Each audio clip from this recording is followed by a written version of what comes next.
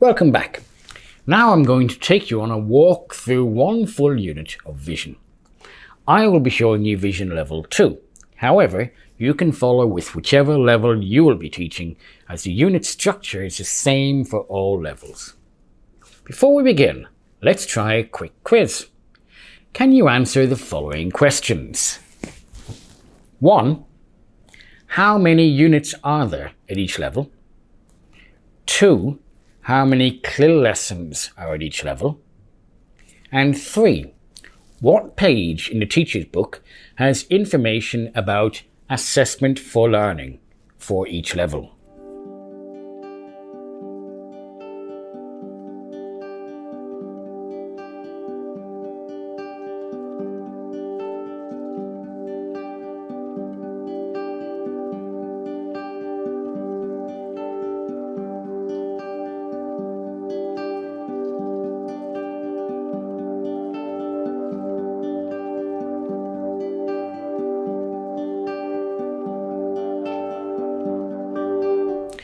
Let's check your answers.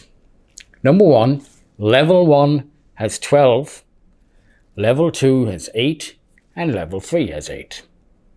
Number 2, level 1 6, level 2 4, and level 3 8.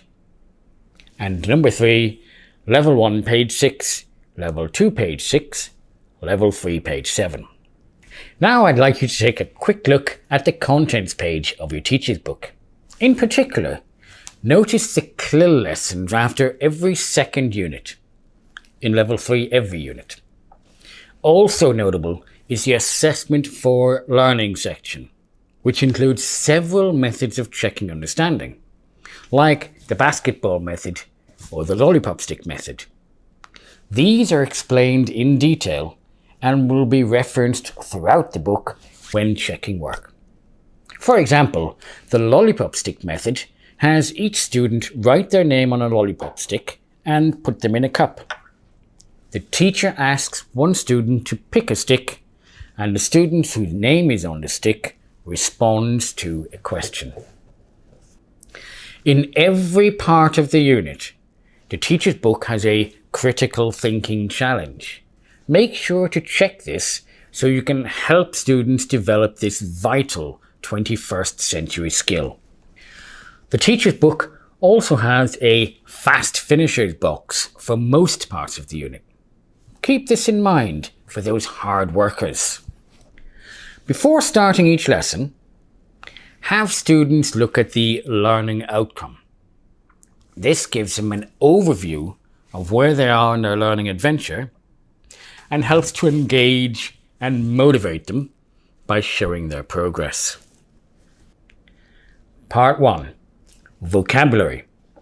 This part sets up the unit, and in this unit section on the left, you can see what will come up later in the unit. The learning objective is clearly displayed. Previous knowledge of the topic is activated through an assessment for learning activity, the I know that. The vocabulary is then presented in a dynamic image. Get the most out of the picture by asking them open-ended questions, getting them into pairs or groups, and encouraging communication. Students then listen and repeat the target vocabulary. The teacher's book has lots of pair work ideas throughout this part, so make sure to maximize the possibilities. If you're doing online lessons, use breakout rooms to pair up the students. Many of the exercises are actually exam preparations questions for the Cambridge exams. Refer to the teacher's book to see where these are. I remember that helps students consolidate the vocabulary that they have learnt in this part. Don't forget to follow up each spread of the student's book with the corresponding part in the workbook. Part 2. Grammar. New structures are presented in a grammar box after the photo story, video, and get grammar animation, show them in context. If necessary, keywords are flagged so that students can refer to them.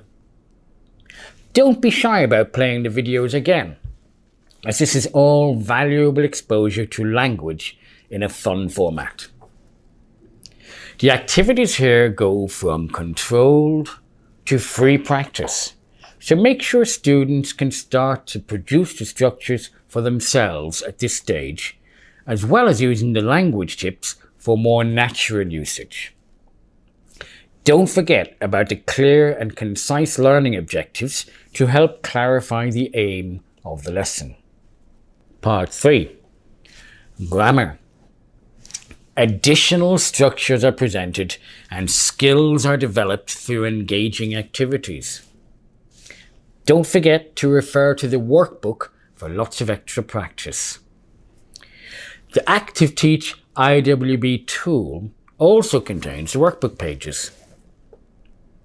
While the first grammar section uses video quite heavily, the second one uses an amusing comic strip, as well as another Get Grammar animation. Let's take a look at one of the grammar animations. Get Grammar. I'm not orange. Nice, cat? It isn't a cat. It's Hammy. But Hammy isn't orange. No, I'm not orange and I'm not fat. Look at my ears. They aren't big. I'm not good at this. No, you aren't. But I am. Ta-da!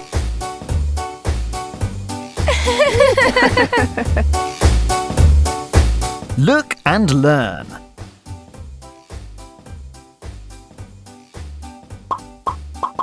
I am fat. I am not fat. I'm not fat. Hammy is orange. Hammy is not orange. Hammy isn't orange.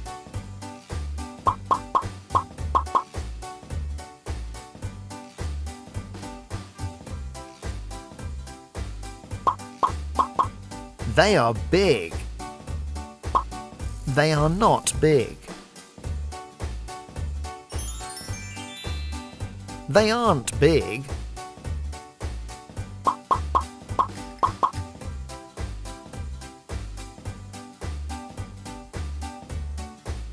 Bye! Remember to check the teacher's book for ideas about engaging your students with the material. Once again, the practice is robustly scaffolded, and there are also fun spots to help consolidate the new language in an amusing and engaging manner. Remember, Vision uses the spiral learning methodology, introducing and then repeating vocabulary and grammar incrementally. Part 4. Listening into speaking. The next two parts of the unit are unique to Turkey, the ones we worked on extensively to help Turkish students the best we can. Both units follow the same pattern of moving from the receptive skill to the productive one, while also aligning closely to the GSE learning objective for the unit. First, we have listening into speaking. Having laid the groundwork in the vocabulary and grammar parts, students should now be ready to advance to applying these elements in a fun, communicative setting. It starts off with a video of a functional dialogue. What do we mean by functional, I hear you say? Functional dialogue is language in a real-world setting. one that students have probably already experienced or will very likely experience in their own lives. This brings the language to life much more dynamically than grammar practice dialogues can, and is far more engaging for students when they see real-world communication in action. The key functional dialogue is included in boxes to help students. Remember to check the teacher's book for helpful hints and also for the critical thinking pointers. This part of the unit culminates in spoken interaction. Make sure students get the opportunity to speak plenty. Don't forget to refer to the corresponding pages in the workbook for further consolidation. Part 5. Reading into writing. Like the previous part, reading into writing guides students from the receptive to the productive, this time with level and age-appropriate engaging texts, followed by carefully scaffolded activities to help them along. The production section is guided along with writing tips, model text, and prompts to bring the best out of our students. With every section, remember to start with assessment for learning questions, which you can see in the teacher's book.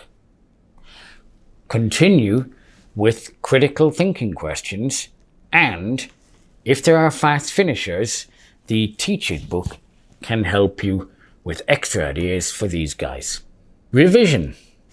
This is a crucial part of every unit and may be done in class or autonomously at home depending on your school's pacing. We have prepared yearly pacing plans for you that use this section in class. Whichever way you choose to apply the pacing, be sure to get students doing the revision. This is the part where students reflect on their learning through the unit and helps them recognize if there are any gaps that they need to fill. It is a vital part of assessment for learning. One feature of the revision spread is a focus on a key letter sound. The methodology is systematically structured with repeated activities that students will quickly become familiar with, and each sound is presented individually and then blended into words to develop reading and spelling skills. Please remember, we are not trying to teach students an accent, for example, British or American. This will sound unnatural in the early learning stages and will likely become more unnatural over time. Our goal here is to help them develop their pronunciation only. Their accent will become more natural as they advance to higher levels. CLIL. This is another section that has been entirely written for Turkish students. Remember, there are 6 CLIL sections in level 1, every second unit, 4 in level 2, again every second unit, and 8 in level 3 after every unit. Target language is practiced and extended through a cross-curricular topic in English. These topics include maths, social science, geography, history, music, art, and more.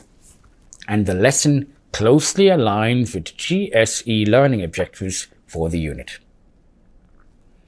The whole idea here is that rather than the language being the goal of the learning, like learning language in a bubble, so to speak, students instead get to learn about other topics and the real world, and language is simply the tool that we use to learn them. This helps to frame English as a communication device rather than a school subject, and it carries the learning into a much more natural context. There are many resources online if you'd like to learn more about CLIL, as it's a huge and fascinating discipline. The CLIL section starts with a cool reading text that kickstarts a lesson and culminates with a team project that develops students' creativity, artistic and ICT skills. Thanks for watching this unit walkthrough. In the next video, I'll be showing you how to use the ActiveTeach IWB tool to help make your lessons more fun and engaging. For a more hands-on session, I recommend that you have the ActiveTeach for your level open in front of you, so you can follow as we go. See you soon.